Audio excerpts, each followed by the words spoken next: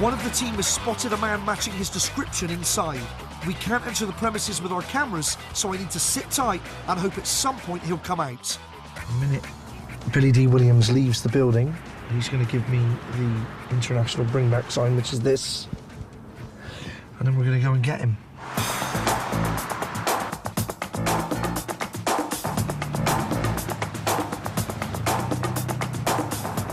Oh, what's happening? Is that the sign? Did I just see him?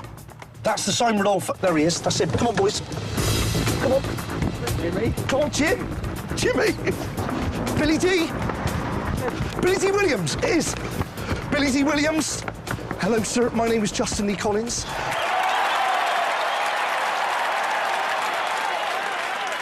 I've come all the way from the UK.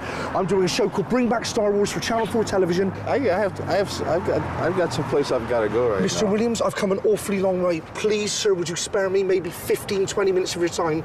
Just have a quick chat about Star Wars. 20 minutes? I don't know. Just a quick chat about the film. The first film I ever saw in the cinema, 1977. I was 3. I'm not trying to make you feel old. I'm a big fan. Could we chat? Just do a quick stop and chat. I was going to get some medicine. I got this really bad cold. We'll get you some medicine. We'll get you pilled up to the eyeballs. Whatever you need, we'll jack you up. Oh, okay. Can we do that? Is it a deal? All right. Billy Dee Williams, everybody. Thank you so much. Billy Dee Williams was America's leading black actor in the 1980s. Rumour has it he was cast by George Lucas as the first black man in space, specifically to pacify the African-American audience. I remember at the time, he was getting a lot of flack about Darth Vader being the only black figure, dark figure. But I think he wanted to make it very clear that what he was talking about was when he talked about the dark side as opposed to the...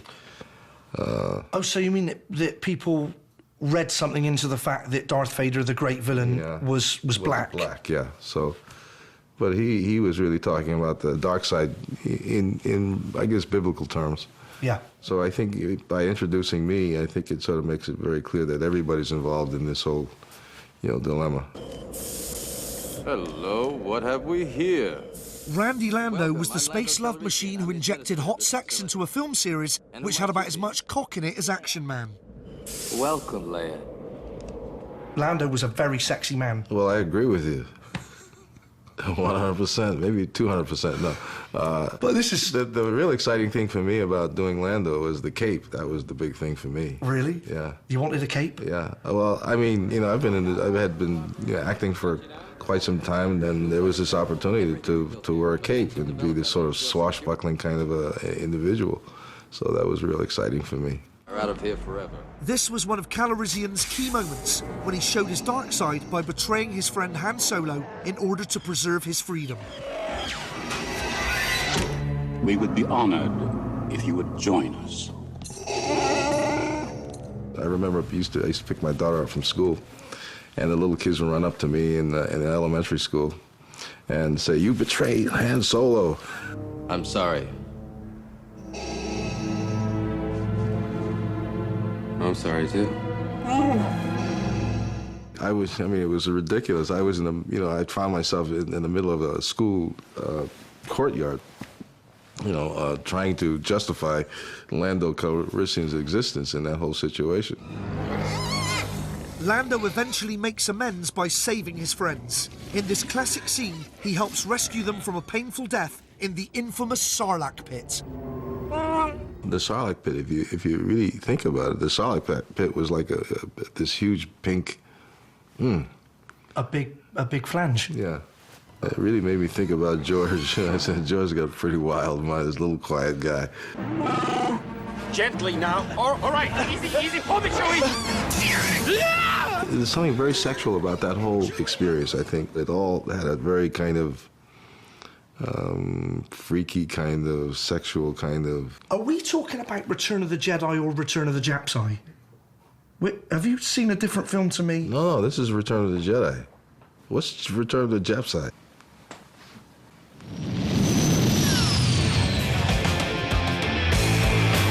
I've just flown back to London and there's now only 3 days to go till my reunion.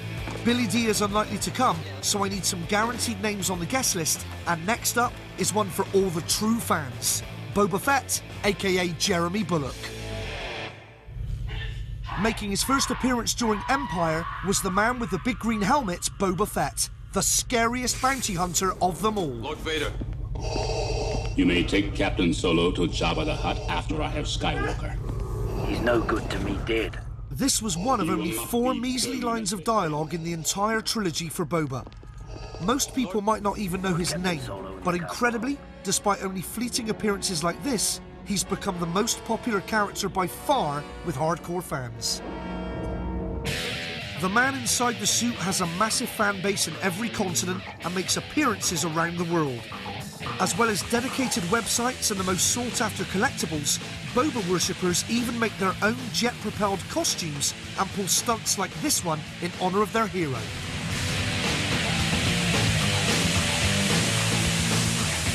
It's the House of Bulloch, aka Boba Fett. We going? Let's do it. We've heard Jeremy is about to head off to a convention in the US, so we've arranged a last-minute get-together. He's never met me, but I've asked for a quick chat before he gets on the plane so I can find out why, out of everyone, Boba Fett is the biggest Star Wars phenomenon. It is quite incredible for so few lines that it's become so popular, and mainly that's down to the costume. It's a sexy suit. It is, it is. The Boba Fett outfit is the coolest suit ever. How did you get to wear it, Jeremy? What was the thing that got you the part? Well, the interview was really getting dressed in the outfit, and I put the suit on, size 10 shoes, perfect fit. I have size 10 shoes. 6 foot tall, I'm 6 foot tall. If I hadn't fitted the suit, that would have been it. Boba Fett was enigmatic, wasn't he? He was kind of mysterious, and I wonder if maybe that's part of, because you can give him a background. Well, maybe he was from here and he did this, and you can kind of add to it. I think you're absolutely right, because a lot of people would go and see the film and say, God, I wonder what happened to him. Why is he talking like this? Something's happened, his face is obliterated, it's scarred up, something's wrong, but you never see that. We didn't know why. Well, in a way, it's quite right. We don't want to see it. We can imagine. He may have been popular, but this is the moment when Boba was killed off surprisingly early and quickly. A lot of fans weren't happy, and neither was the Bulloch. Are you unhappy that the death was brief, or are you unhappy that he ended up actually falling into what was essentially just a big sand minge?